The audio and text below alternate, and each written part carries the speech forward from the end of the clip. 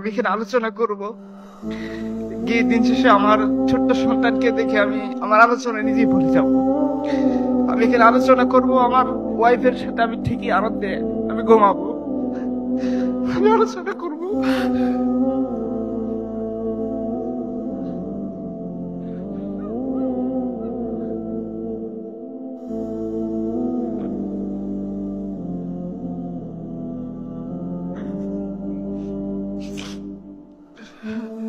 আমি আলোচনা করবো আর আমাদের ভাইয়েরা এভাবে মরতেই থাকবেন। আমরা ইমানের কথা বলবো, কিন্তু ইমানের দেখা যাক আমরা কখনোই পূরণ করবো না। আমরা আব্দুল্লাহ ইবনে সুবাইর কাতারে ঢুকে যাব, কখন আবু বকর ওমরের মতো দাঁড়িয়ে মুসলিম উম্মার দায়িত্ব নিতে পারবো না।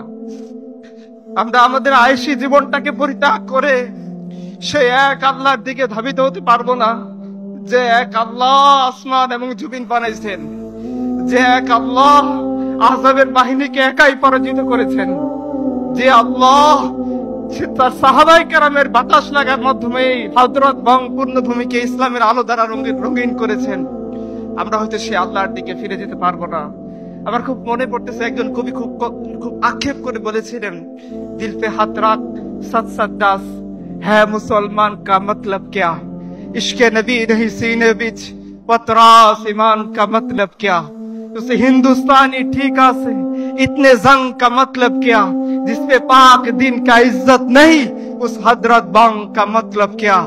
মুসলমান, এখানে অনুষ্ঠান শেষ করে আমরা সবাই বাড়ি চলে যাব। আমি কিছু সমাপনী কথা বলি, হয়তো টপিকের সাথে রিলেটেড কথা আমি বলতে পারবো না, আমি সব কথা ভুলে গেছি।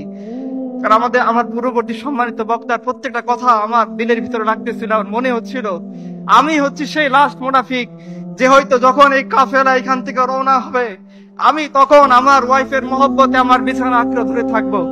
আমি সেই লাস্ট মুনাফিক, যখন আমার ছোট্ট 7 বছরের বোন তার ছোট্ট ভাইয়ের লাশ ব্যাগে করে হসপিটালে নিয়ে আসবে, এই দৃশ্য আমি মোবাইলে দেখবো। আর আমি আমার স্ত্রীর সুখের জন্য বাইনার বাজার করার জন্য বাজারে চলে যাব। আমি সেই লাস্ট মুনাফিক, যে তার সন্তানের তাকাজা পূরণ করার জন্য দিনের তাকাজাকে পিছনে ফেলে দিব। আমি আমার সমস্ত কথা এখন ভুলে গেছি, আমি জানি না আমি কি বলবো। আমি শুধু এটাই বলতে চাই যে আমাদের পূর্ববর্তী সম্মানিত বক্তার কথা যদি আপনারা বুঝে থাকেন, একটা বড় দায়িত্ব আমাদের সামনে অপেক্ষা করতেছেন। আমরা জানি আমরা এই দায়িত্ব পালন করতে অক্ষম, কিন্তু আমাদের মাবুদ সক্ষম। তো আমরা জানি এই দায়িত্ব আমরা পালন করতে পারবো না, কিন্তু আমাদের রব আমাকে সেই শক্তি দিলেন। তো আল্লাহ, তুমি আমাদেরকে সেই শক্তি দান করো। আল্লাহ, তুমি আমাদেরকে মাটি কামছে তোমার দিনকে আঁকড়ে ধরে থাকার তৌফিক দান করো। আল্লাহ, তোমার দিনের উপর আমাদের মৃত্যু দান করো। আল্লাহ, মসজিদে আকসাকে তুমি তো মুক্ত করেই দিবা। আমার মধ্যে একটা খুদ থাকে, ওই কাফেলায় তুমি শরীক করে দিও। আল্লাহ,